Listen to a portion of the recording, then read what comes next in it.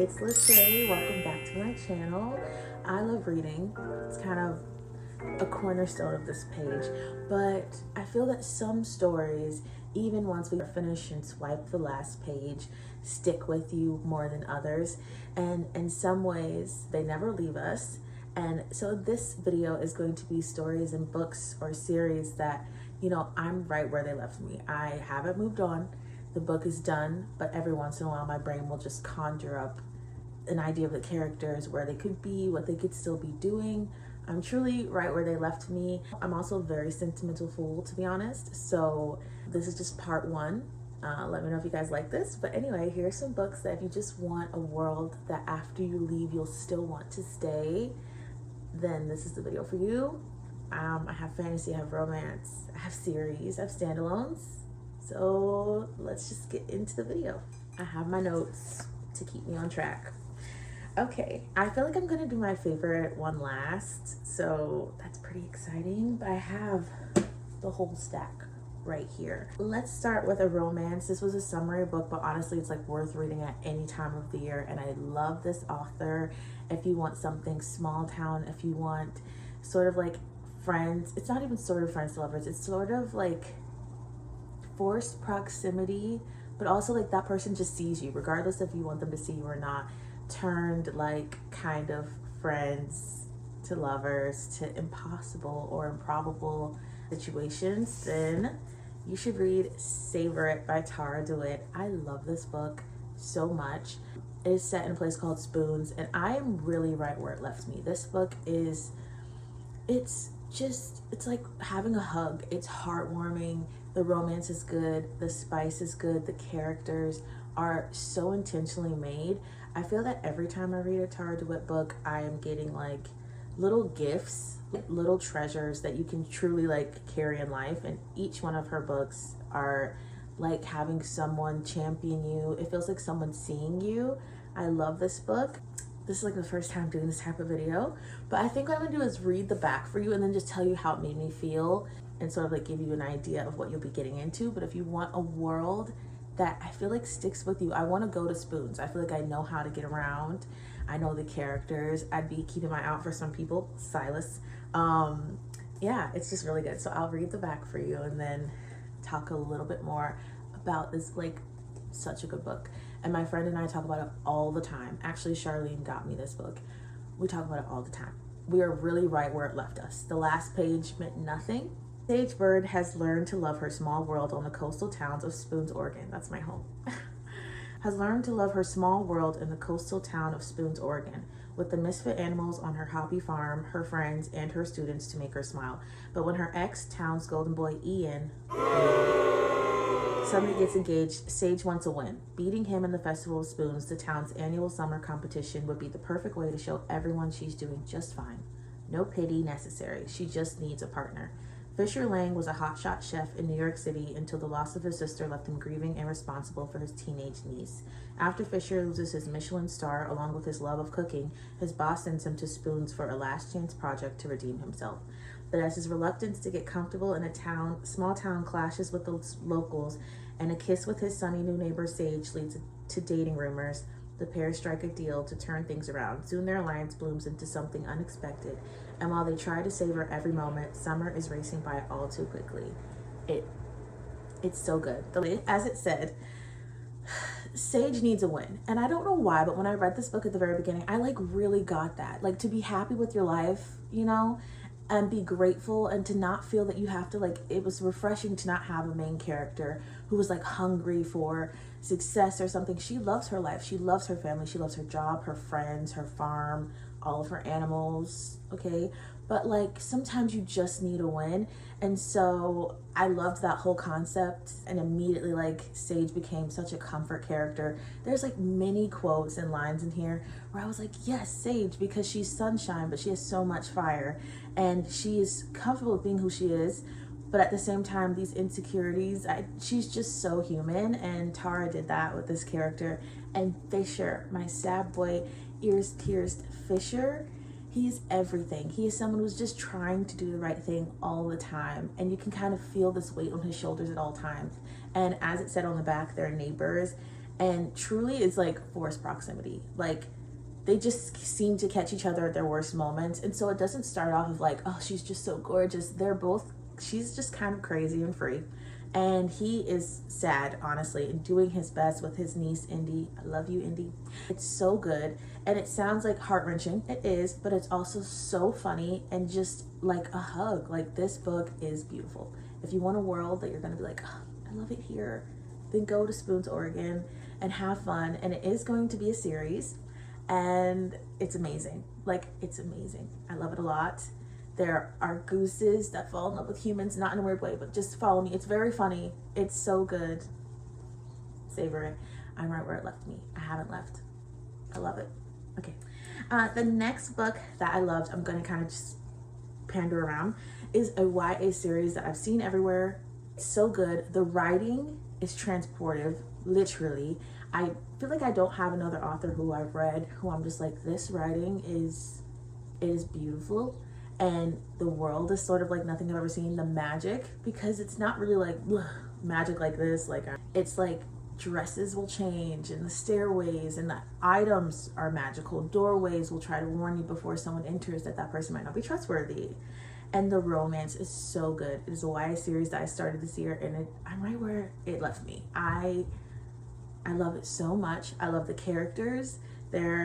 It's beautiful. It's beautiful. And I only own 2 of the 3 because the last one won't be published on paperback until next year. But I'm, of course, talking about none other than the Once Upon a Broken Heart series by Stephanie Garber. Special shout out to this one, but I had to bring them both up. I have annotated the life out of these. Okay, you probably see the dust. I'm so sorry. Story follows Evangeline, and she's a romantic. And honestly, normally those characters aren't my favorite. Like, I'm definitely a romantic, but secretly, like, I'm a cynic. So when someone is like truly vulnerable and kind of like, I want love more than anything, I'm always like, just like low-key worried on their behalf because it feels naive and I'm like, the world is gonna hurt you. But Evangeline has become one of my favorite FMCs. She's so strong in her own ways, but also like genuinely not strong. Like, I wanted to protect her as much as the male main character. It is, but it's so good. This story starts with her going to pray to one of the fates of the world to stop a wedding of her one true love. And it goes from there. There are so many adventures. It is so transportive. I think about all the other fates that we meet all the time. I love this story. Please read this. I feel like I could talk about it forever. And she's already going to be in multiple videos. Truly, like, transportive. Truly right where it left me. I love them. And I would read weekly updates. Like, there's a newspaper thing that happens throughout the book, and I would truly read it if it just meant that I got more of the couple from the series. It's exquisite. Okay. How far would you go for happily ever after? Evangeline Fox has always believed in true love and happy endings until she learns that the love of her life will marry another. Desperate to stop the wedding, Evangeline strikes a deal with the charismatic, immortal Prince of Hearts. But soon she discovers that bargaining with the Prince of Hearts is a dangerous game. He has plans for Evangeline's, plans that will either end in the greatest happily ever after or the most exquisite tragedy. It's exactly that, except for so many more twists and turns. It's beautiful. And also, one thing I forgot to mention about this is that it's a connected series. You don't have to read the other one, but the other one is the Carnival series, also by Stephanie Garber. But this is just so good. I read this first. You know that audio that's super popular that's like, you were a wonderful experience, and it's like, you were everything. You were everything. Everything. For her to pick up Once Upon a Broken Heart. But this book changed some chemistry in my brain. I'm right where it left me. It's beautiful. The love is beautiful. The characters stay true to themselves. It is morally gray. There's adventure. There's action. There's murder. There's so many good things, and it's all YA. I love it. It's beautiful. So yeah, that's another one. The next book that I'm going to talk about is another romance book by another beloved author. She gets me. If no one sees me, to me, in my head, Emily Henry does. I don't have the book because I'm tired of them printing the hardbacks first and then the paperbacks when they used to print the paperbacks first. I know y'all don't really need to hear this rant, but I feel like someone needs to suffer with me. Anyway, the next book that I'm right where it left me. Truly, this book is also honest, okay? It's not wrong to say that I'm right where it left me. But The one that I'm talking about is Emily Henry's newest release, which is Funny Story. I will pop it up right here. Funny Story by Emily Henry is just so delicious. It is funny, it's rom-com, it's heartfelt. This Funny Story is like a Forced Proximity. Okay, it sounded like Saber, but it's really not. I promise. Stay with me. Okay, it's like Forced Proximity, then Friends, and then like We Should Resist This Isn't Right, and then like Beautiful Lovers. Like I love that story. Emily Henry does something that I think is so clever, which is play on cliches again. I personally believe she did that with Book Lovers as well, which is right there. Love Book Lovers, where she gives you a cliche but turns it upside down. In this story, Daphne is engaged to Peter, who has a best friend named Petra. They've grown up together, and he insists that they were never going to be, that they were like siblings, really. The night before their wedding, he tells her that like Petra has confessed her love for him, and that like he has to see this true. He has to at least give it a chance. They've been best friends forever. Obviously, Daphne is heartbroken, but Petra was also dating someone. Enter Miles, a sad, scraggly, just like genuinely lovely person. That was Peter's place that they lived in together, so Daphne needs to move out. And she needs something quick because this is already like the worst time of her life. And she's moved to this place and changed everything about herself to fit into this life. Not everything about herself, but became a we instead of an I. Like she needs to go because they're going on a romantic trip. And so these two exes end up living together, and it goes from there. There's a wedding announcement shortly afterwards, and they decide that they're going to kind of start sort of sprinkling the idea that they could be dating and that they're together, and it goes from there. So it's, I wouldn't say so much as fake dating, but it's sort of fake dating, and it's friends to lovers, and there's such beautiful moments, and I can't express deeply enough. My friends know, they're all tired of hearing about it, and my mother's tired of hearing about it too. Too bad. I love it so much. I didn't talk about him enough, but I just want you to know that he's one of the most earnest, good guys. That book I had a really singular experience with, which is where I had a crush as the FMC did. When you first meet Miles, I literally was like, well, when's our guy coming in? Like, you know how every author, you can tell that that's the guy. It's him. He's the most handsome man you've ever seen. He's tall, or he has this thing about him. And I'm like, she's gonna love him someday. I can tell because we're supposed to. In this book, I literally was like, when is he coming? And then Miles kept showing up, and then and he's so genuinely lovely. And I think there's a line where she says like her ex was this movie star handsome, and you could immediately, and I was like, yeah, like it was, again, she kind of turns these tropes upside down a little bit, shakes it up a bit. But with Miles, it was like waking up someday and looking beside you and realizing that he was devastatingly beautiful in a different way. And how did you not see it? It sort of unravels like a flower. That's Miles. I haven't had a crush on a book character in a long time, and I was over here like kicking my feet and falling into it at the same time as Daphne. Beautiful lines, a beautiful world. So many times this year, since I read it in May, I have, in any time of anxiety before a test, okay, and any time of sadness, and any time of just happiness, I've like missed that world, and I go back all the time. I look for any random page, and I have a bunch of favorite quotes, and I cannot wait until it comes out in paperback in May so that I can own it.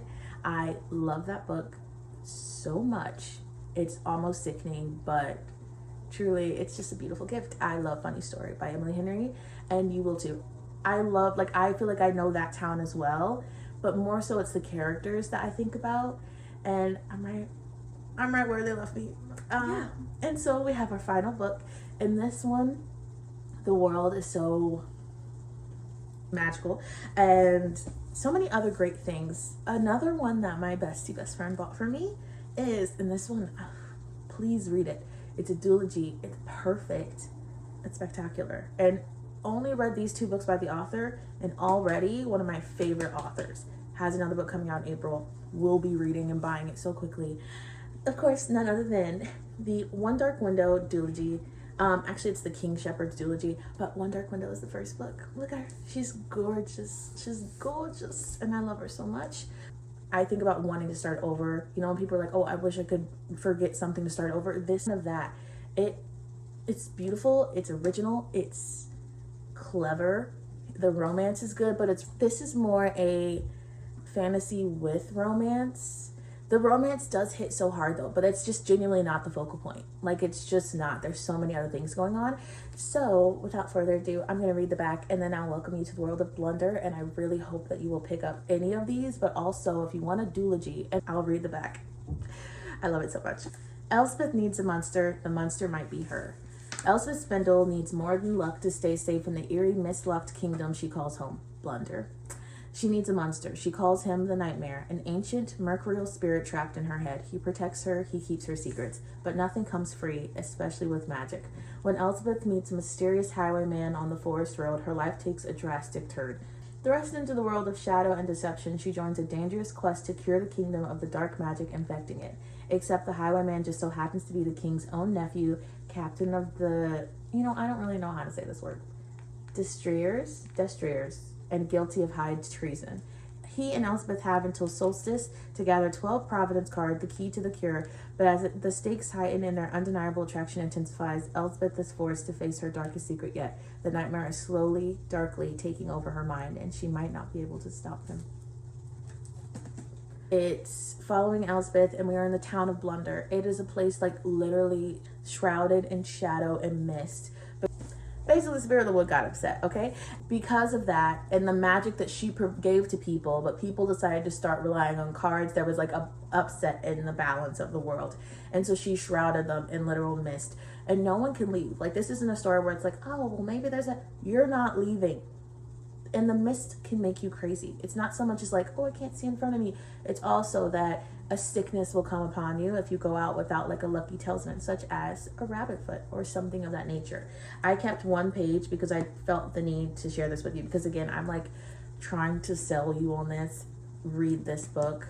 Read the duology. It's so good. So there's an old book of elders and it comes up all the time. And like the author's so clever. There's poetry at the top of every chapter. Like, this is the way that we know how to get the cure. So like the author will give you the things, everything you need to fix it. And it's still such a, like, it's so satisfying reading this book. I have not been as satisfied as I was reading this book. There's nothing that I would change. I complain about everything all the time. There's always something I wish was slightly different. Nothing. Except for that it ended. Anyway. The 12 call for each other when the shadows grow long, when the days are cut short and the spirit is strong. They call for the deck, and the deck calls them back. Unite us, they say, and we'll cast out the black. At the king's namesake tree, with the black blood of salt, all 12 shall together bring sickness to halt. They'll lighten the mist from mountain to sea, new beginnings, new ends, but nothing comes free. Elspeth is, in fact, caught by, like, these highway bandits, and I don't want to give spoilers, but she is caught by these highway bandits, but they kind of have a aligned purpose into trying to find these cards because Elspeth and her nightmare can sense other cards, and if they can just reunite this deck, then they can clear this world, the Blunder Kingdom, of this mist. It's like the goal. So she ends up working with this group. It is so good. All of the characters are like, the evil people are like so scared. They're like, every character, perfect. I love everyone. I love Elspeth. I love Raven. I love Ione. I don't know if I've ever said that right, but Ione feels the closest to right. I love Elm. It's so good. It's like I want to tell you every little thing. Like I could spend an hour video just talking about all of these things and how I love it, but I also want you to go in as blind as you can. I orbited this for over a year. It was so silly. It was so silly. You don't understand how good this is, and you should give it a chance. So good. Anyway, I clearly love that book a lot. These are the books, minus Funny Story, which I will own in just a few short months, that I really am right where they left me. And I'm so grateful to have read them. I also read them all this year. I hope that you liked this video. Let me know if you want more, because I am very sentimental and 100% have other books. In fact, I would just like to say I've never left. It's over there. You can't see it because my laptop's sort of blocking it, but it's like, it's over there. I've never left Dante and Elena from the Dark Verse, the When Heroes Fall and When Villains Rise duology. I've never left, and I never will. Dante and Elena forever. I've talked about it a bunch of times, and I'm going to find out a way to talk about it again, and all the time forever. Siempre. I'm always right where that left me. But I figured let's keep it within the year, okay? But If you want a part 2, please tell me, because I love talking about amazing books, in my opinion, but also facts. Come on up. And yeah, thank you so much for your time, wherever you are in this world. I hope that you have a wonderful day, evening, night, and life. And I will see you in my next video.